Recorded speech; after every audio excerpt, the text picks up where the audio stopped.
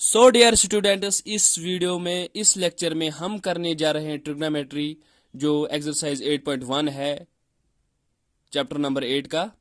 उसी का हम करने जा रहे हैं क्वेश्चन नंबर 7 क्लास 10th का फ्रॉम ट्रिग्नोमेट्रिक चैप्टर 8.1 एक्सरसाइज का क्वेश्चन नंबर 7 क्लास 10th। तो क्वेश्चन अभी हमारे पास क्या है, if cot theta is equal to 7/8, यानी कॉट थीटा है हमारे पास 7/8, इसका वैल्यू है। हमें इवाल्वेट करना है कुछ, क्या 1 plus sine theta into 1 minus sine theta, 1 plus cos theta into 1 minus cos theta, यह हमें इवाल्वेट करके देना है। और साथ में है cot square theta, cot theta square या कॉट स्क्वायर थीटा, ये दो चीजें हमें इवाल्वेट करके देना है। तो गिवन स्टेटमेंट अभी हमारे पास क्या है, cot theta is equal to 7/8। तो स्टार्ट करते हैं इस क्वेश्चन को सॉल्व करने के लिए। तो क्या है, कॉट थीटा इक्वल टू 7/8, ये गिवन है, ठीक। बट वी नो, हम कुछ जानते हैं। क्या जानते हैं हम, कॉट थीटा जो है उसका रेशो हम बताएंगे। तो उसका रेशो किसके बराबर होता है, बेस अपान परपेंडिकुलर, ठीक। गिवन तो था कॉट थीटा है बराबर 7/8, लेकिन हमें पता है कॉट थीटा का जो रेशियो है वो बेस अपान परपेंडिकुलर यानी b/p। दैट मीन्स अगर कॉट इसके बराबर है, कॉट थीटा इसके बराबर है, तो हम लिख सकते हैं therefore b/p is also equal to 7/8, ठीक। That means b equal to 7 and p equal to 8। क्या, बेस हमें मिली 7 और परपेंडिकुलर मिला हमें 8। थीटा की थीटा जो है वो किस पे फोकस है, थीटा का नाम रखा है अभी इन्होंने थीटा ही, यानी कोई स्पेसिफिक एंगल का नाम नहीं लिया है। तो हम एक ट्रायंगल लेते हैं अपनी तरफ से। हमने एक ट्रायंगल लिया, ट्रायंगल के कुछ नाम भी रखे हैं ABC, ठीक। बी पे ये राइट एंगल ट्रायंगल बनाया हमें। अभी फॉर एग्जाम्पल इसने लिया थीटा, थीटा का नाम हम किसी भी एंगल को ले सकते हैं बी को छोड़ के, बी तो ऑलरेडी राइट ट्रायंगल आया। तो इन दो में से थीटा हम किसी को भी मान चले अपनी मर्जी से। लेट सी को हम थीटा मान लेंगे, theta C equal to theta. तो सी के अकॉर्डिंग हम देखेंगे ये रेशियोज कौन कहाँ पे आएगा अकॉर्डिंग टू थीटा। तो अगर मैं सी को थीटा मानता हूं तो मुझे पता है कि एंगल के अपोजिट साइड को मैं परपेंडिकुलर कंसिडर करता हूं, एंगल जिस पे लाई करता है उसको बेस मानता हूं, और थर्ड साइड को हाइपोटेन्यूज मानना पड़ता है, थर्ड साइड हाइपोटेन्यूज आता है। तो अभी मेरे पास क्या क्या है, बेस जो 7 है, परपेंडिकुलर जो 8 है। तो C का जो परपेंडिकुलर है वो ये है, दैट मीन्स ये 8 के बराबर आ गया। C की जो बेस है वो ये है, तो दैट मीन्स ये 7 के बराबर आया। तो दो साइड्स हमें पता चले, तो हमें थर्ड साइड निकालना है। बेस और परपेंडिकुलर अगर हमें पता चला तो दैट मीन्स हमें हाइपोटेन्यूज फाइंड करना है। To find hypotenuse H using Pythagoras theorem, हमें उसके लिए पाइथागोरस थ्योरम का इस्तेमाल करना है। तो पाइथागोरस थ्योरम क्या होती है, पाइथागोरस थ्योरम होता है hypotenuse square equal to base square plus perpendicular square. Hypotenuse निकालना है तो वो पता नहीं, बेस तो है हमारे पास वो 7 का स्क्वायर हो गया, परपेंडिकुलर भी आया वो 8 का स्क्वायर हो गया। तो हाइपोटेन्यूज स्क्वायर आएगा बराबर 7 7 jar 49 plus 8 8 jar 64। Hypotenuse square आएगा, इन दो का सम करेंगे तो 13 113। हाँ, तो अगर हम खाली h निकालेंगे, क्योंकि स्क्वायर अगर यहाँ से घट जाएगा तो यहाँ से रूट आएगा, तो वो बन जाएगा √113, ठीक। हम ऐसे रहने देते हैं अभी h हाइपोटेन्यूज का वैल्यू, यानी h का वैल्यू अभी अब हमारे पास आया √13। इसको आगे भी सॉल्व कर सकते हैं, हम फिलहाल के लिए ऐसे ही छोड़ते हैं, ठीक। तो बढ़ते हैं आगे। आया अभी हमारे पास तीनों साइड्स, बेस भी आई, परपेंडिकुलर भी आई और हाइपोटेन्यूज भी आया। तीनों साइड ट्रायंगल के तीनों साइड हमें मिले। हमें निकालना है, अब इवाल्वेट करना है 1 plus sine theta into 1 minus sine theta whole upon 1 plus cos theta into 1 minus cos theta. तो हमें क्या चाहिए, साइन थीटा और कॉस थीटा की जरूरत है हमें, और साथ में है कॉट थीटा की। तो हम ये तीनों चीजें निकाल के ही रखेंगे। साइन थीटा, साथ में चाहिए हमें कॉस थीटा, और साथ चाहिए कॉट थीटा। ये तीनों चीजों की जरूरत पड़ जाएगी हमें। साइन साइन का रेशियो किसके बराबर होता है? परपेंडिकुलर अपान हाइपोटेन्यूज। कॉस का वैल्यू किसके बराबर होता है? Base upon hypotenuse. और कॉट का वैल्यू किसके बराबर होता है? Base upon perpendicular. ठीक, ये इन तीनों का वैल्यू होता है। तो हम इनका वैल्यू पुट करते हैं, देखते हैं किसका क्या वैल्यू आएगा। साइन थीटा की अगर हम बात करें, थीटा ये है तो सेम परपेंडिकुलर यही साइड आएगा, बेस यही साइड आएगा, हाइपोटेन्यूज यही साइड आएगा। तो परपेंडिकुलर अभी है हमारे पास 8 अपान हाइपोटेन्यूज है अंडर रूट 113। फिर जाते हैं कॉस पे, कॉस है बेस अपान हाइपोटेन्यूज, तो बेस अभी है 7 और हाइपोटेन्यूज है अंडर रूट 113। ठीक, फिर हमें जरूरत पड़ती है कॉट की, तो कॉट है बेस अपान परपेंडिकुलर, तो वो है बेस है 7 और परपेंडिकुलर है 8। तीनों चीजों का वैल्यू हमें मिला है। अब हम डायरेक्ट इवाल्युएट करने जा रहे हैं। पार्ट फर्स्ट है 1 plus sine theta into 1 minus sine theta. ठीक, whole upon 1 plus cos theta into 1 minus cos theta. ठीक, हमें डायरेक्ट वैल्यू पुट करना है, देखते हैं क्या होगा। इसको थोड़ा सा मैं सिंपलीफाई करूं, जब मुझे नजर पड़ती है ये, अगर मैं इसको मान के चलूं ए, ये बी कंसिडर करूं, इसको ए इसको बी, सेम ऐसे ही हो जाएगा डिनोमिनेटर में। तो मुझे एक फार्मूला नजर याद आती है, ए प्लस बी इंटू ए माइनस बी, जो हमने 8th क्लास में पढ़ी है। ए प्लस बी इंटू ए माइनस बी किसके बराबर होता है? ए स्क्वायर माइनस बी स्क्वायर। ठीक, सेम दोनों न्यूमरेटर में भी वही होगा, डिनोमिनेटर में भी वही होगा।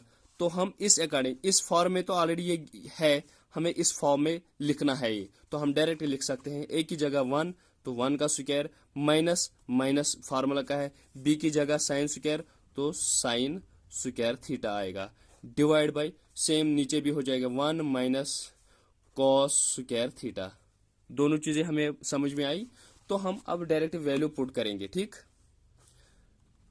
1 का स्क्वायर 1 ही रहेगा, माइनस माइनस आएगा, साइन थीटा, साइन का वैल्यू अभी हमारे पास है 8 अपान अंडर रूट 13, तो हम इसी को लिख देंगे 8 अपान अंडर रूट 113 का स्क्वायर, होल अपान 1 का स्क्वायर तो 1 ही है, minus minus cos square theta तो आएगा 7 अपान अंडर रूट 113 का होल स्क्वायर। ओके, आगे बढ़ते हैं। 1 का स्क्वायर तो 1 ही है, माइनस 8 8 जार 64, 8 का स्क्वायर है ना, 8 8 जार 64, और ये स्क्वायर इसका भी है जो इसके डिनोमिनेटर में है, तो स्क्वायर रूट कैंसिल, नीचे बच गया 113, होल डिवाइड बाई 1 का स्क्वायर तो 1 ही है, माइनस माइनस 7 का स्क्वायर जब देखेंगे तो 49 बनता है, इसका भी स्क्वायर रूट कैंसिल हो जाएगा तो 113 आएगा। इसको हम क्रॉस मल्टीप्लिकेशन करते हैं, तो आगे बढ़ते हैं। 113 1 जार 113 माइनस 64 1 जार 64 upon 113, whole divide by 1 minus 113 minus 49 upon 113, 113 खत्म,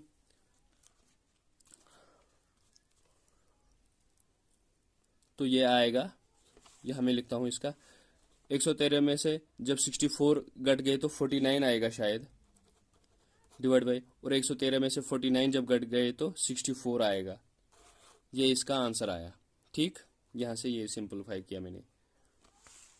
इसी तरह हमें दूसरा पार्ट है, जो दूसरा पार्ट हमें सॉल्व करना है वो कॉट स्क्वायर थीटा है।